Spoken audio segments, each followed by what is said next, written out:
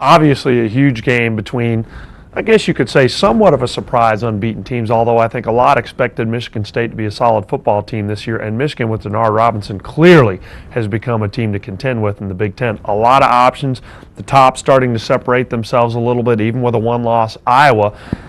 Michigan State the rest of the way, though, not having to play Ohio State, I think, is going to be a factor. Northwestern in the same boat in that regard. So this weekend's game between Michigan and Michigan State will be huge in terms of the Capital One Bowl selection process at the end of the year.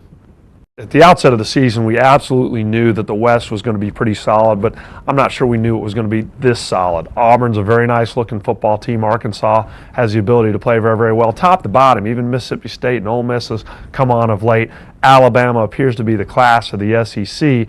It's going to be very, very interesting as the West teams start to face each other the rest of the way. I'm focused on the East as well, with Florida and South Carolina, a huge game looming, which I think will decide ultimately the Eastern Conference representative in the championship game.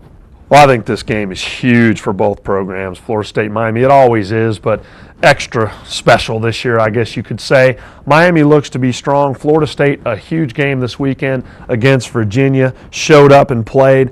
NC State and Clemson, the rest of the way for Florida State, is going to play heavily in our selection process at the end of the year when you look at conference records. Those are two big games coming up for the Noles. Virginia Tech after this weekend, looming for Miami.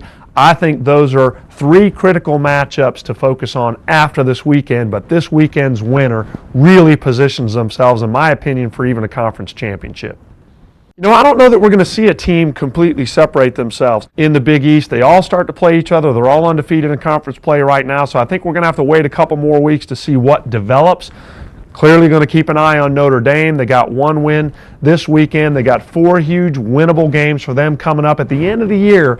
I totally expect, whether it's Notre Dame that gets to 8 wins or 7-5, to see a team from the Big East that hopefully will be at least 9 wins. So I think for Notre Dame, they're going to need to get into that 8-win, maybe 9-win category, which means they got to pretty much win out in order to compete with what will hopefully be a very strong Big East selection at 8 or 9 wins as well.